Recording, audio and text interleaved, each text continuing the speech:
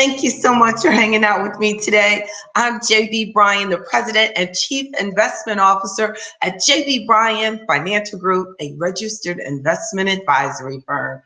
Today, let's talk about it costs too much to be broke. It really does. It costs too much to be broke. And that came to mind when I was doing the AfroEconomic update that I do weekly. I like to quote myself, something out of the book, or I like to quote someone in Black history. This week I quoted James Baldwin, a Black author. And he said, anyone who has struggled with poverty knows how extremely expensive it is to be poor. You know, and I was like, the brother took it right on home with that.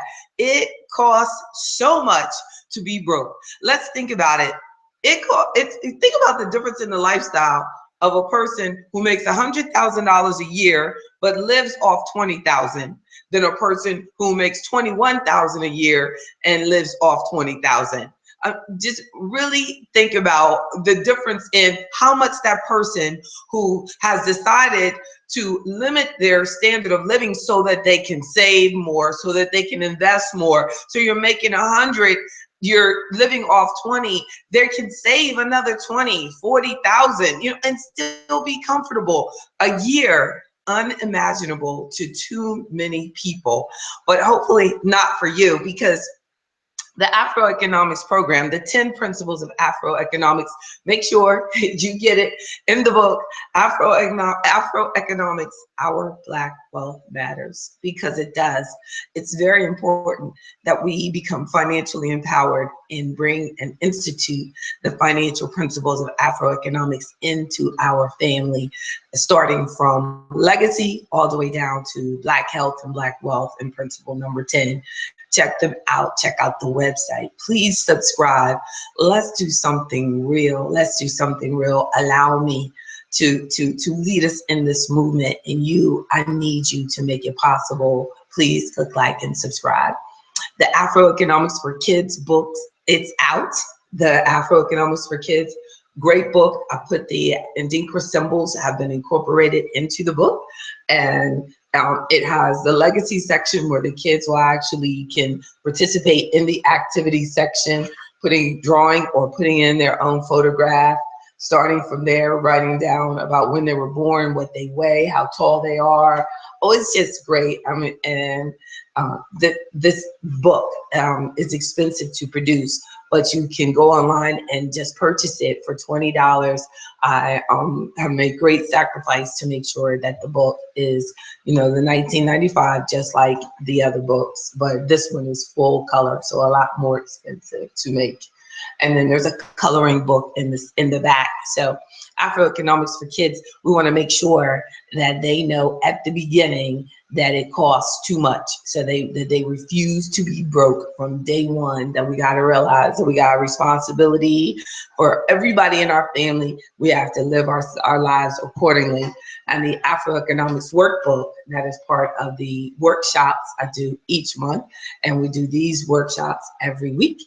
And the workbooks are used on the long sessions that we do on Saturday. And right now I'm doing them mostly in the DC office, but in October, I'm going to add on another one for the Virginia office also. The topic for October, the election and your money, because it costs too much to be poor, right? So I have a couple of tips, things that I thought about when I thought about this topic, why it costs so much, that people who have less money actually have to end up spending more money for everything. Let's just start from the top. This one I just thought about before I hit the on-air button was credit scores. Now, we've talked about how important, we all know how important credit scores are, but the credit scores impact people who don't have a lot of money even more, because you can imagine that if a person who was not making a lot and they accumulate debt, it's harder for them to actually pay off the debt. I remember, like, when I decided that I wanted to be debt free, that I could actually take care of that. I could, make sure that I focus more, work more, do more sessions, serve more people, make a bigger difference in the world. Owning my own business allows us to do that. When you're in a situation where you're more limited, they're not able to say, oh, I want to pay my bills off and just be able to do that just because they decided that they wanted to do it. If you have a $15,000 credit card and your income is $20,000 a year or $30,000 a year, you got a 30, then you've got to pay taxes on that 30, and then you've got, so it's not easy. So we have to make a commitment to make more money so that we can make sure that we're in control of our credit score, that we're in control of everything that goes down, that we're in control of the fact that if we are poor and we allow our credit score to go down because of going into debt, then you'll find that your credit score will impact what you have to pay for your insurances and everything. So, credit is just real. It's, real, and it costs more to be poor. So we're not going to do it. We refuse to be broke. Transportation. Let's look at that. Transportation. You don't have money. You're buying a cheap car. The cheap car is costing more in gas because generally the cheap car is not going to be as fuel efficient. The cheap car is going to sometimes be big because you had to buy it. So you get the best prices on cars that are not fuel efficient. So then you have this car that you have to now pay to put gas in, and the gas may cost more. You're going to have more in repairs. It's taking away your time and maybe breaking down, making you late for work. I remember I hired this young lady one time. She had been out of work for 2 years, and she kept, in that. Now she had an opportunity to get things right for herself, but her vehicle was so bad, it was no good, and it was making her late for work because she was trying to figure out how to, charge the battery, getting people in the neighborhood to help her. She would, so even though she had an opportunity to move forward, because of going through that crisis, it was holding her back. It costs a lot to be poor. It's just hard. So the having a place to live costs more. If you don't have money, then you don't have the money for the down payment. So it's, sometimes people that don't have a down payment for even an apartment, they have to live week to week in a hotel. Now, this is unimaginable for some of you, but this should be used. This discussion is to motivate us to make sure that we refuse to be broke. That when we think that we want to give up, when we don't want to go to work that day, that we don't, that we're going to give in, and we think that, oh, people getting that check, they live better and they're living off the government and they're getting the subsidies. No way. No, they are not living better. They are trapped in a situation that if you spoke with them, they would love to get out of. Everybody would, I believe, that every sound mind person would love to be financially independent, taking care of themselves. And if they don't aspire to do that, then we're talking about a generational problem that has been introduced to them, and nobody has told them about the opportunities and the joy of being able to take care of yourself and enjoy these things every day. So the also eating.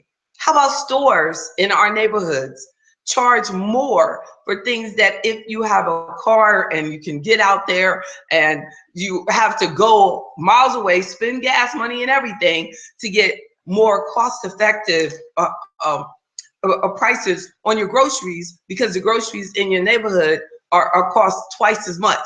So here you are, you don't have a lot of money, and people in the suburbs are paying less and they have the money. That's not even fair. But who said life is fair? We got to go get it. We got to go get it. We got to refuse to be broke. I believe that my workshops should be packed. They should be packed like that. That I should be like stopping people at the door. I mean, the workshops are free, but people who don't have money are spending money to go to nightclubs and getting drunk and just spending a cover charge just to go in the door to get nothing that's empowering them. But they, unfortunately, too many of us will not spend that $20 that they'll spend to go. I spend $50 to go in the nightclub, but not spend $20 to get a good book. That is It's really sad, but we have to refuse. It's that mentality of not thinking that poverty is expensive, thinking that being poor is okay. Yeah, poor folk that go and take breaks and just don't work for a while because they say they're tired. I mean, oh my goodness gracious. So banking. Banking is even more expensive when you don't have money. Investing is more expensive when you don't have money. You get discounts when your accounts are higher. You know, as an investment advisor, you know, the fees that are charged for a person with $1 million, $2 million account are lower, you know, as a percentage than for the person who will have a smaller account. That's why we have to be encouraged. We have to be encouraged. We have to be, we have to know that it costs too much. It costs too much to be broke.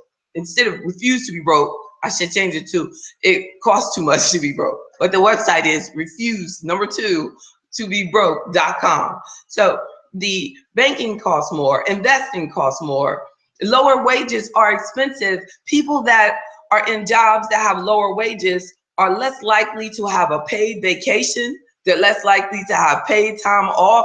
They're less likely to have disability insurance coverage on their job. They're less likely, you know, to have, you know, a lot of things that are covered at higher paying jobs. Sad, but true. And so the according to studies, a poor person is more likely to be a victim of a scam. Isn't that sad? I think it's because they're searching for opportunities to figure out how to make things better. So when you're desperate and you're in search and you're, you know, constantly out there looking for some like a get rich quick or most likely, I don't know, but I never played the lottery. I think that a person of lower income is more likely to play the lottery. A person that's miserable with their financial situation, that's miserable with their home life, you know, and you can just think about how much money that is being spent and wasted on gambling opportunities, you know, by unfortunately our poor people. So they're more likely. That's why it costs too much to be poor. You don't want to be in that situation. Poor people unfortunately have to buy cheap clothes many times. So the clothes may look the same as the expensive clothes. So they'll say, oh, well, I could just go over here and buy this. And, you know, it looks the same, but it's going to fall apart and the color's going to be messed up. So they end up spending more over time for cheap clothes than for good quality clothes that a person that is making more money is able to purchase. So we have to be careful when we think, oh, just because something cheap, you know, just cheap, that's cool. You know, no, quality, but quality is for those who refuse to be broke. You know, if not, gonna have to go and get the knockoffs and pay, you know, this money for these cheap things that are gonna fall apart on you. So we don't do it. We refuse to be broke. Poverty causes more stress. Stress leads to health conditions. Health conditions lead to not being able to work for as long in your life as you will want to. You're more likely when you're under a huge amount of financial stress consistently. Research has shown that people with lower credit scores are more likely to have cardiovascular disease. You know, this is real. It costs too much. It costs too much. So if you have cardiovascular disease, say this is September, in honor of life insurance, so now you're poor, but you're sick. You know, I'm just saying hypothetically, this person is poor and sick, and they need to figure out how to make it better for their next generation. But now they don't even qualify. No insurance company, say, wants to cover them. Or if they want to cover them, they want it to cost this astronomical premium that you can't afford to pay. So, you know, that now the family cannot have the life insurance that it needs, so that if you pass, that the family can maintain their standard of living or even increase their standard of living, or make sure that the next generation is educated properly. And so it's amazing, isn't it? So it costs too much to be poor. I want you to make sure that you check out refusetobebroke.com. I want you to make sure that you realize how important it is to realize how expensive it is to be poor. I mean, what did the brother say? He says, if anyone has struggled with poverty, anyone that has struggled with poverty, and I know I have always had to pull my own weight. I remember a time when I started my business of trying to, ride down the toll roads and like struggling to make sure that I made sure I have the money to get out down the toll road and come back and take care of gas and take care of my meetings to build my business and everything. I don't want to live like that ever again. But that is the price that I had to pay at an early age in order to not live like that, and for my daughter not to have to live like that. And that's what we have to do. And I have to make certain sacrifices, certain lifestyle choices in order to make sure that I'm not poor. We have to. We have to, unless you're born into it, and most of us aren't. If you look at statistically, most of the multimillionaires, they were not born into it. So even people who were born into multiple millions, because they didn't have to struggle like we do, then they're less likely to actually become really, really, really rich. Like, and if they just do right, they can keep what they have. But to take it to that even next level, it's harder because they're used to things being comfortable. Well, I can only speak for myself. I'm used to the struggle. I've become accustomed to working hard. One lady made a comment the other day because I did a segment, you'll see it on Virginia This Morning. Fortunately, I'm blessed with an opportunity to be on there quite often. And we were talking Monday about the seniors, financial struggles for seniors and financial sabotages for senior citizens. And I was saying that not thinking about your withdrawal from Social Security. There are a lot of senior citizens that are living in poverty. That is what you don't want. So this, I put the video up and this lady said, oh, good information, but it's very important for me to smell the roses. And a lot of us don't want to wait on when we take our withdrawal. Well, I said in the video that if you take it early, when you're first eligible, you can sacrifice 25 to 30% from the payment that you would receive if you wait until your full retirement benefit. Now, granted, some people are, they say 3 out of 5 people do it anyway. They take their Social Security early. But if you know that you haven't saved a lot of money for retirement and you're healthy, then why not take advantage of an opportunity that if you wait until full retirement age, your check will be larger. If you wait past your full retirement age, you can get a bonus or get an addition of up to 8%. Of up to 8% on your income. So that's like saving for something guaranteed that you're building up a lump sum, but you don't have the lump sum. So every year that you're putting off getting your Social Security from 65 to 70, then you are actually, just helping yourselves have more guaranteed income for the rest of your life between 70 and beyond. Because most of us statistically will live longer than our parents. But there's no guarantee that you'll be able to live as well. We've had a lot of financial challenges. So we need to make sure that we control that which we can control. Don't give up. I had breakfast with my father. My parents are, are in their 70s. And I was talking about that. I said, Dad, I've realized that if you do the right thing long enough,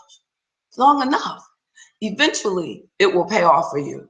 And he said, yes, but you cannot give up. We cannot give up. We cannot give up. We have to refuse to be poor. We have to realize that to get what we got to get, it's going to take some compromise. We don't really have to think about it as sacrifice, but in reality, it is some sacrifice. Deferred gratification is the key. Deferred gratification. You eat it now, you can't eat it later. Hey, So, just think about what you're thinking about. Stay positive. Refusetobebroke.com. I'm JB Bryan, and I'm the President and Chief Investment Officer at JB Bryan Financial Group. Harley Davidson should thank me, right? And I'm riding today, having a great day. And I always feel good when I ride my motorcycle to work. So, you know, thank you for accepting me just the way I am. JB Bryan, the biker chick, right? But I'm here to serve you. My email is jb@afroeconomics.com, jb@jbbryan.com. Add any comment. I promise you I will reply. Thank you for the opportunity sharing your lunchtime with me. And I appreciate today's discussion on it costs too much to be poor. So let's not do it. Let's not be poor. Refuse to be broke.com. God bless you.